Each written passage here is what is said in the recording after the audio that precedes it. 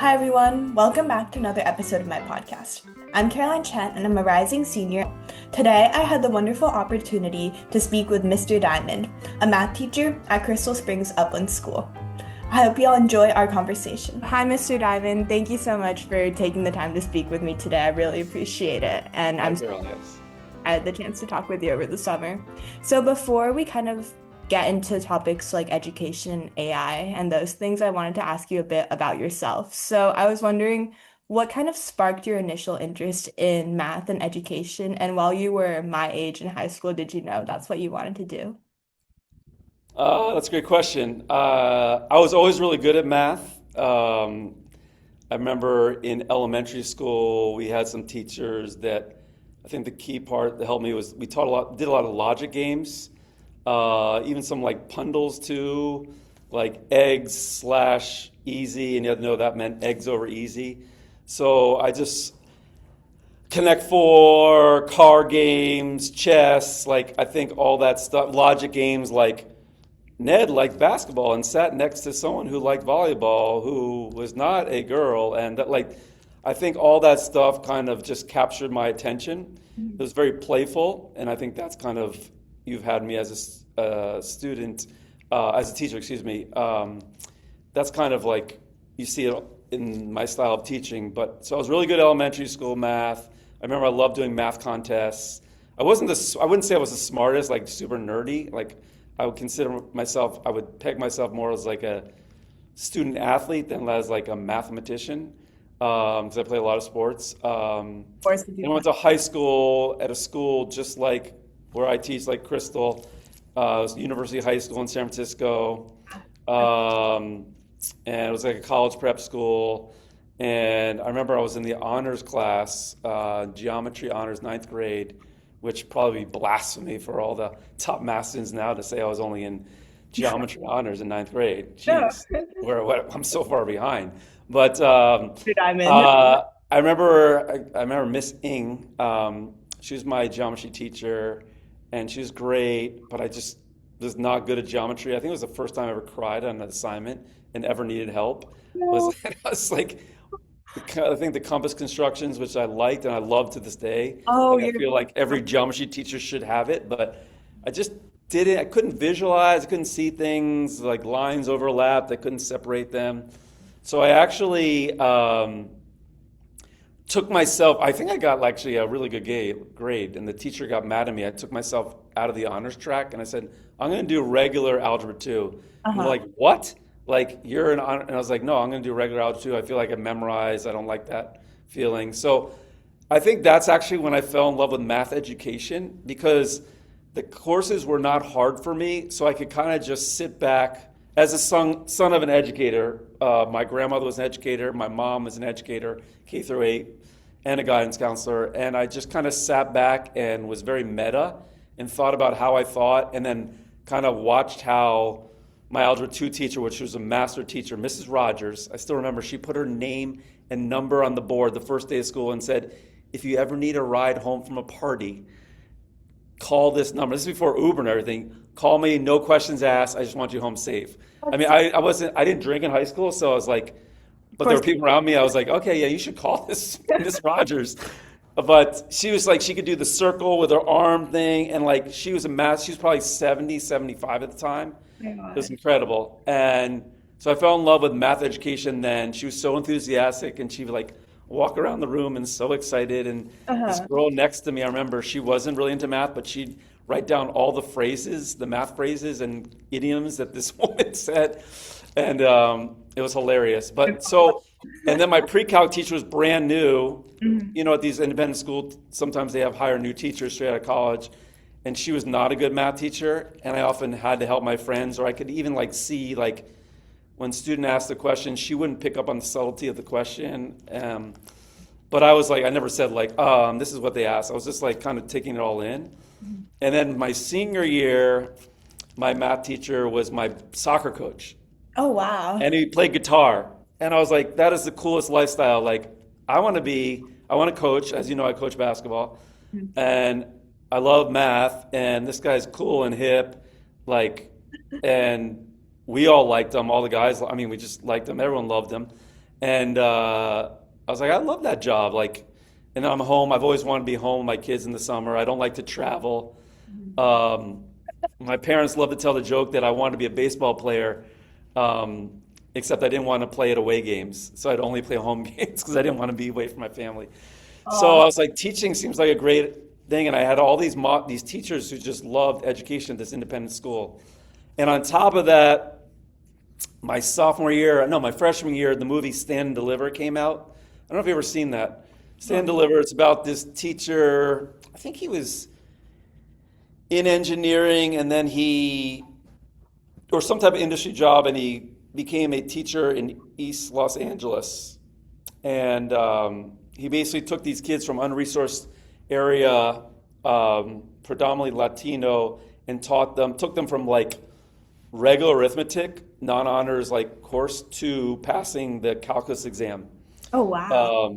It's incredible. Look it up. Stand and Deliver, Jaime Escalante. It's a classic. I think a lot of people of my generation, I'm 53, who are teachers probably were inspired by that. Much like, and I didn't realize this, Top Gun was a movie. You know Top Gun? Yeah, I do. Top Gun was a movie that was a collaboration of Hollywood and the Navy and the Air Force. Wow. Yes, as to get recruits in the 1980s. It was 80, I want to say 87.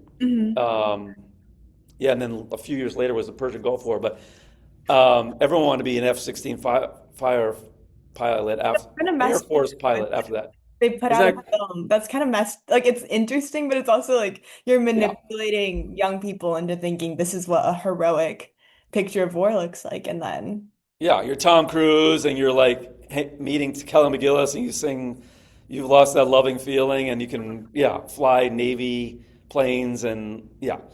So so yeah, I didn't realize I was totally manipulated. I was like, yeah. So maybe the same thing. I'm not sure Stand and Deliver was a collaboration of the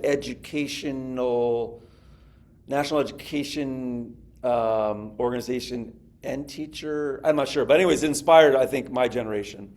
And I also in ninth grade we had to do community service, mandatory community service in my school, and I volunteered at a Cobb Elementary School. I still remember on California and I want to say Scott or Divisadero, and I took like little third graders outside of class and helped them like remediation with their math skills. And these were all kids from there was a housing project right nearby, so they're from very, very tough situations. What house? Western Addition. And I just fell in love with, and I think my school was kind of slanted with that way of like social justice and repairing the world.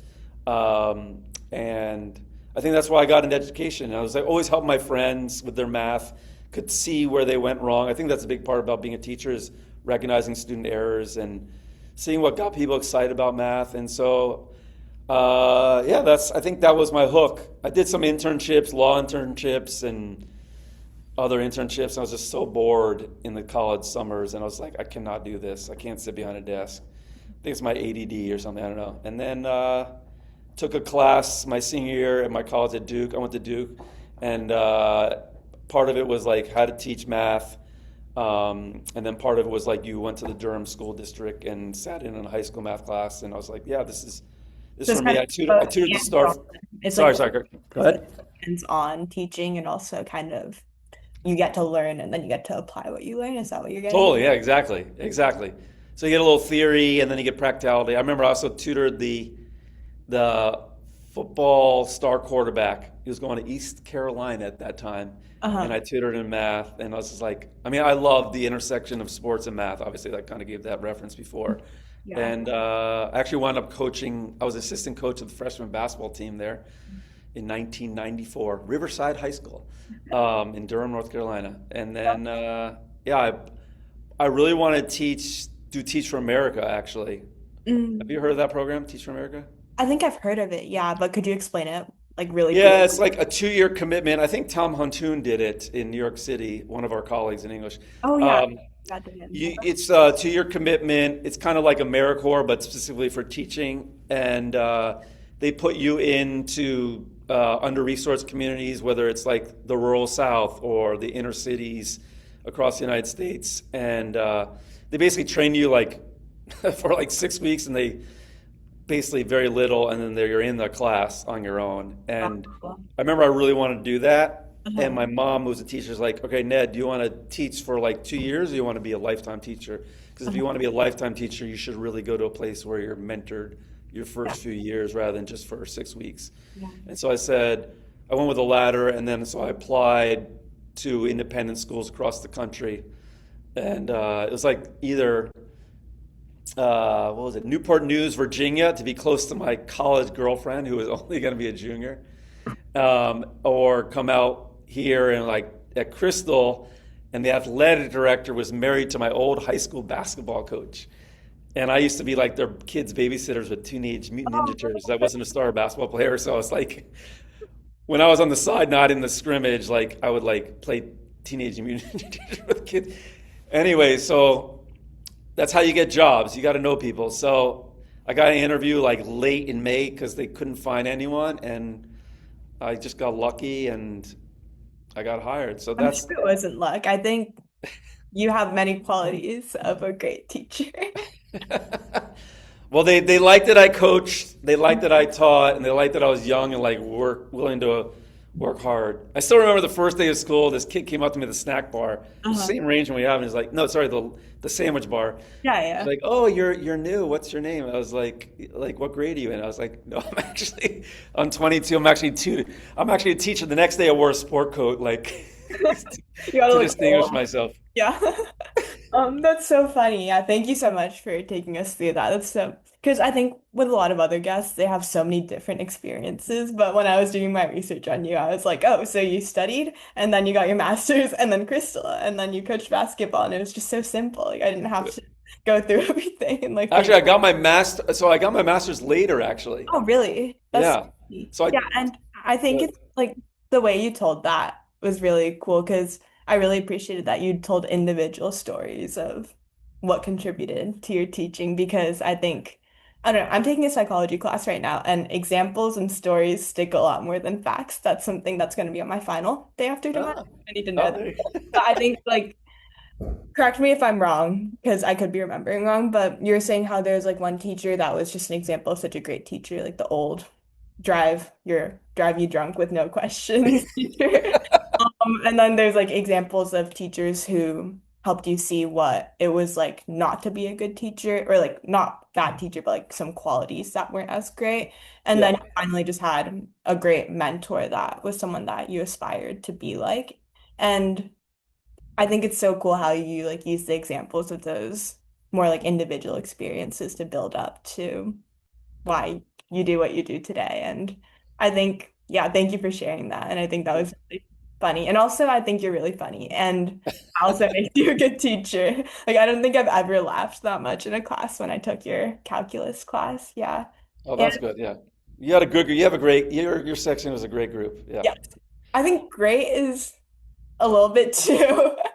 I don't know if I would say great. I'd Well, say you were all very engaging, and you're all very curious, and that's what I love, inquiring. Yeah. yeah, I think it's just like last year in Miss Hertz's class, I ended up, it was just me and Erica and a bunch of guys. We were the only two girls in the class. And I think this one was, there were a few more girls, but I think the dynamic was a lot more like the guys were very loud. And Oh, that's right. Yeah, that section. Yes, yeah, yes, I think yes. I was like, I didn't have that big of a learning curve to get adjusted to it. But yeah, it was definitely a class I will remember. Yeah. Yeah. I will say I was listening to one of your other podcasts, I really like with Andrew Davis, who I was working with, and he was talking about, people feel pressures from family members, whatever, to do a certain job. I remember my grandparents, I think they helped my parents fund my college education, Mhm. and they're like, "You're going to be a teacher?" I was like, "Grandma, you were a teacher." Like, yeah, but did we really pay for your Duke education for you to be a teacher? They said, I think maybe they said it in kind of some words. I think they really wanted me to be accountant or an actuary, Well, and I just couldn't do it. And at one point, I'll tell you later on my story how I went to get back and got a master's. But get to it. Come get to it now. I don't hit all the questions. I don't. oh, okay. So I actually so I taught at Crystal for 6 years. I've just been so lucky. I had John Newberger, who was my mentor math teacher. I remember I came like 2 weeks before school started. We were talking about, okay, what are we going to do in the curriculum? I was going to be the seventh grade teacher. Uh-huh. He's a sixth grade teacher. I mean, he's a legend at our school. And I was like, thanks. Like, I'm going to follow a legendary teacher in my first year. Wait, so And I thought I was going to go ahead. if I had a follow-up, so I've never really talked about this before, but what's it like going in as like a young new teacher at Crystal? Is there a formal process or is it just you get thrown into it? Could you speak on? You have the new teacher every month or maybe twice a month. You'd meet with basically like a dean of the teachers, dean of academics or dean of faculty, Like Miss Rubin? and Or, yeah, kind of like that. Yeah, or- and you'd meet and talk about like what's going on in your classes. And then I remember there was a retreat by NAIS, National Association of Independent oh, Schools, yeah. Uh-huh. where all the new teachers go down. It was in Santa Barbara. I still remember it. And again, I lucked out. This guy named Henry Picciotto, Picciotto. He's kind of legendary for doing hands-on stuff. He's created like the Zoom tool. He worked at the urban school in San Francisco, and he's very like doesn't work in textbooks, creates his own materials. And he was like, he was all about like just you want to teach inquiry and learning and thinking and don't get stuck with like this is unit 2 section 5 like 1.5. We're going to teach that today. Like look for the connections between the silos. So I had him. I was blessed with him. And then I was blessed with John Newberger, who was known for teaching math very creatively. And I actually, I met with him 2 weeks before the program started. I'd been given all the books I was going to teach with. I was teaching pre-algebra and algebra 1. And like I alluded to before, I don't like to teach. I like to teach with games and have it be fun. And like the idea of like there's a mystery and we're all trying to find the mystery. Like that's the motivation. And I thought I was going to have to talk to this guy, John Newberger. He's been forever. I'm just like going to have to convince him that, hey, I'm going to use logic to teach math. But sure enough, like that was basically what he was telling me the first day. Like this is what I do, and they're like all logic problems or all problems of the day. He'd have problems of the month. He'd have these crypto things like you'd have to manipulate numbers to get a target Oh, number. I I was like, remember doing that. Yeah, those were so fun. Those were like I did those in fourth and fifth grade, and it was like the highlight of my elementary school math journey. Yeah. yeah, I can see it in your face and your smile. Like that sparks like interest. Like no one wants to do math textbook. I still want to write a textbook, especially in middle school. Although Desmos has a pretty decent program now. But it's just like there's so many just dry, boring. Like I I'm know. not sure I would have fallen in math. I never really thought that was math. The math I thought of is always still my elementary school, like discovery, grid paper, isometric paper, like I'm trying to think of the other stuff, like connecting strings on, I can't remember. So it's more of like logic puzzles and reasoning rather Yeah, geometry investigations, and like you come up with the conjecture and then you test it kind of thing. yeah, and it's Oh, logo was another thing. Sorry. Logo, Logo, which is turtle, Python turtle now. I think, do you do oh, programming? I remember we did that in like intro to I don't know what the class was called, like intro to coding, intro to computer Yeah, science. exactly. So I did that in fourth grade, Uh-huh. and like you learned about like you go forward 10, and then you had the right turn to make a square. Like you had to learn about right 90, and then go forward 10, right? And then okay, now make a pentagon, and then you kind of or then make a triangle, and you're like you go triangle. I just go right 60, but then you realize if you go right 60 and go forward, you're going to actually make like a hexagon. You're not going to make a triangle. Uh-huh. And so all that like iterative process, like now the recent book that I read is all about the guy who wrote that. He's from MIT. What's his name? Seymour Papert. Another one. Oh, you're Seymour really good with Papert. names. I feel like every single person you've referenced, you've like said the full name of them, whether it be Well, these people, I just like they've like just emblazoned in my mind just because like they're geniuses. Like I've been so lucky to learn from all these people. So he had the whole idea is like the math we're doing right now, and I agree with him, is the math that was created because we could only do it with pencil and paper. There's better math we can be doing now that we can use tools. Like yeah. I'm not saying replace it. Like I'm actually not a huge fan of like AI unless you're using it for like a tool. Like I like to use AI for like what the students did, I don't know if your section did it, where like it can show the related rates problems in calculus and you can visualize it. I like using AI to visualize scenarios. I don't like using the Oh, AI to create yeah. activities or lessons. I mean, Yeah. students are good about self-quizzing. My son loves it. I'm like, all right, whoop-de-doo, you just killed like a bunch of water or whatever. Yeah. But like people, I think, are starting to get better at like using it creatively. But so this guy Seymour Prepare is like, yeah, let's do math where students are actually like coming up with ideas and putting things together. Yeah. That's So so I digress. So back to so 6 years to Crystal. I'll speed up. Then I went to Argentina, Buenos Aires for 3 years because my oh my mentor God, teacher wow. at Crystal, one of my mentor teachers, Doug Schultz, who worked in Malaysia, um, he taught overseas, and he's like, it's the best thing ever. And I grew up with a friend who hosted some kid from France. I was like, oh, I want to be. I had kind of like, what's it called when you have other priority, ulterior motives. I actually really wanted to meet my wife in an international community, and I always thought I was going to marry a French woman, but then I was like, oh, I'll go to Argentina. It was either Argentina, Taipei, or Taipei. Munich. Why didn't you choose Taipei? Taipei American School, very good school. Yeah, Taipei is the best I city. didn't go because I really wanted to learn Spanish because I wanted to come back and be back to Jaime Escalante and San Deliver. I wanted to come back and not teach at Crystal and teach a different demographic is why I got in. Sometimes I felt like, am I really helping if I'm at Crystal?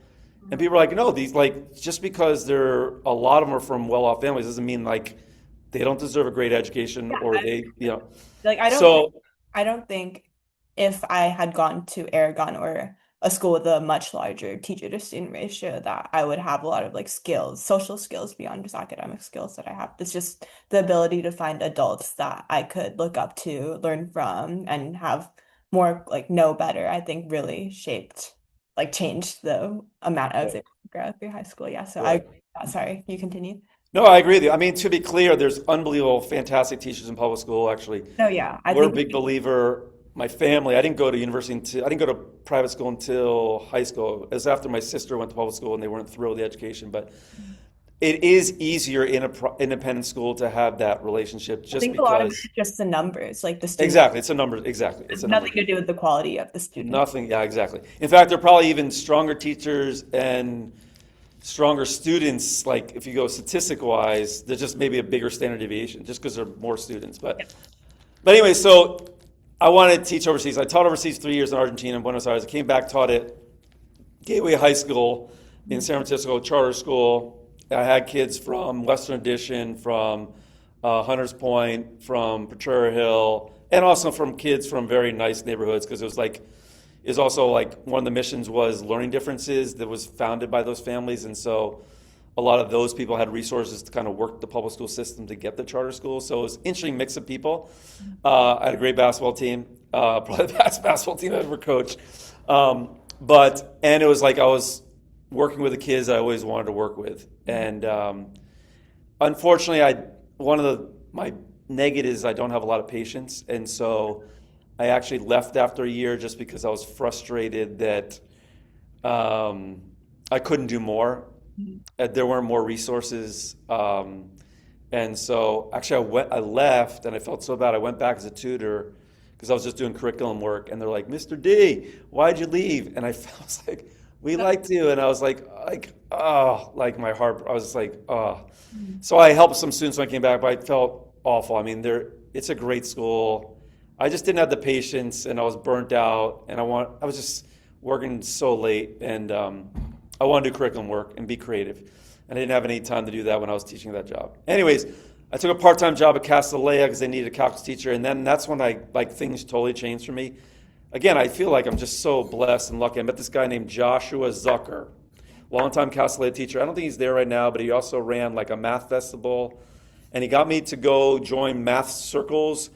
And there I met I just got so lucky, Caroline. I hope you get so lucky too in your path. Paul Zeitz, who was a USF math professor, and he actually, remember I was saying I like to watch how other people teach. Like he paused a lot, like as if he was going through some like computer science yet true or false tree.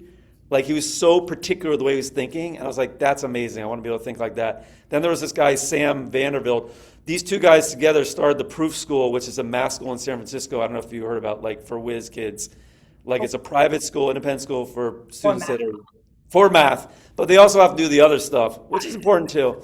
But I would have loved it actually. Oh, I forgot to tell you. So in high school, I probably couldn't. I didn't care how I did in the other classes, like math. Sorry, like history and English. I probably wish I spent more time on that because I love the idea of like I want to write a book sometime and I understand how the tools you have to pass time, like so and so, and then 6 months later, it's always fascinating how authors pass time. But I didn't really read many books. I kind of just came up with thesis, backtracked, found pages, and like made up a story. I hope my English teachers aren't listening, but because I want to spend time looking for shortcuts in math, like other ways to do things, like. I, Wow. I feel and like so, but I didn't care about getting a B in English or history. I think that's the one problem with students. Like today. I wish they do now is like don't mind getting. No one's getting into those top schools anyways. Like I don't say that. People I are, but it's like I never ever did anything once to get into a college. I think it's like the main issue now is it isn't that students are too stressed out. I think one issue that I personally fell into I'll keep it short because I know we're running out of time, but it's Yeah, kind of sorry. Yeah, yeah. as an underclassman, I really just had an image of what a successful not college, high Crystal graduate looked like. Like I was gonna go do STEM. I saw all these upperclassmen winning these like awesome STEM competitions. Like that's gonna be me. And I think in my freshman year, I really just like got so tunnel visioned on that I didn't try mock trial. I didn't try track. I didn't try all these other Uh, things that I was like, oh, I really wish I could have done. And I think it's just like you were saying, I think you really had the ability to pursue what you wanted because you had the chance to know that you wanted it. And yeah, I think the good thing is I actually really like science. I think I got really lucky there, but I think it's interesting now, like you were saying, the pressures on yeah. students. I mean, to be fair, my parents are educators. My parents were always like, if you bring, we want you the best you can. If you bring home a C, that's probably not the best, but like, we don't really care. Like, so I had that rope, that margin of error. I talk to parents about that all the time on back to school night. Like, give your students a margin of error. Like, imagine if your boss didn't give you any margin of error. I'm talking to parents. Like, how would you feel at the workplace? Like, your creativity would probably go down. You'd be super stressed. Like, you can't be at your best. So, I Like mean, you see, like my brother, he's going into sixth grade at Crystal actually, but in his fifth grade class, I went to go tour on their back to school night.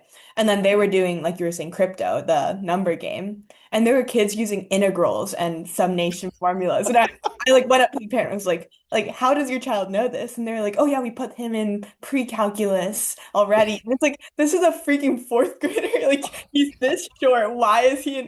And I just think it's so absurd because like let the kid find what he likes to do, and he's gonna learn the exact same math in high school anyways. So, yeah. like, yeah. It's hard though. I mean, even me, I mean, so I've been a teacher now, it's my 30th year, and the only reason I'm good with my own kids, I've had 2,000 guinea pigs before me, but like, even still, like, I've always made my kids cry when I sat down with math because they got it, and I was like, well, let me show you like one more cool thing. And it was always, when I showed them the one more cool thing, it was beyond reach. Yeah. And that's when and I was like, so I get why parents push them. And I was also, my parents had been through the system. My sister had already seen the college system. My parents were like were already established. They knew like how hard it was to get into all these schools. Like I really wanted to go to Harvard. I moved from Connecticut. I really wanted to go to out to California. In my seventh grade, I really wanted to go to Harvard and meet up with my friend from Connecticut, and he actually wound up going to Harvard. I maybe could have done it if I went to public school, but once I went to university and saw like at a school like Crystal, like how smart some of these kids are, I knew I had no chance. Like, okay, I was like, that kid's going to Harvard, that kid's going to Yale, that like, I think that's a I, really cool but I message. was fine with it. I already knew that freshman year, so it made everything easier. Yeah, and I think I don't know, back to psychology. I'm like really into psychology now, I guess, because of this Oh, one class. But I think it's cool. interesting because I'm just gonna touch briefly on the study. It's like they had women read like paper about how studies showed that women were genetically worse at math than men. And then they had women read a paper that was like, oh, it's the same. And then they just had a woman read a paper that's saying that they're a woman. And the thing is, the woman who read the paper saying Oh. they did worse automatically than the woman who just didn't read anything at all. And another study that's even crazier is they had women do a math test while in a t-shirt versus in a bathing suit, and they did the same for men. And because the bathing suit reminded them of their gender, they did worse than Oh my the men. gosh. It's like crazy what like Fascinating. it's called stereotype threat, like it can do to you. Yeah. Okay, I know we're running out of time, and I just had one more question for you that I ask everyone I talk to, Okay. which you've kind of touched on already, but I'm gonna ask it directly anyways, which is if you could go back and tell your high school self one thing after all the experience you have now, what would it be? And also more broadly, do you have any advice for high schoolers?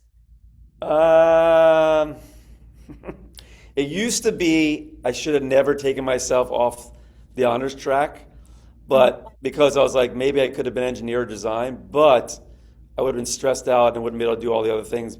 So, and I realized I became very meta and had time to relax. So I'm happy that I did that. So myself, what would be myself? Gosh, just maybe more confidence, to be honest. I was very, I mean, That's so ironic. Like I think you're one of the most confident teachers I know, but well, maybe I think of sport. I'm still stuck in my sports.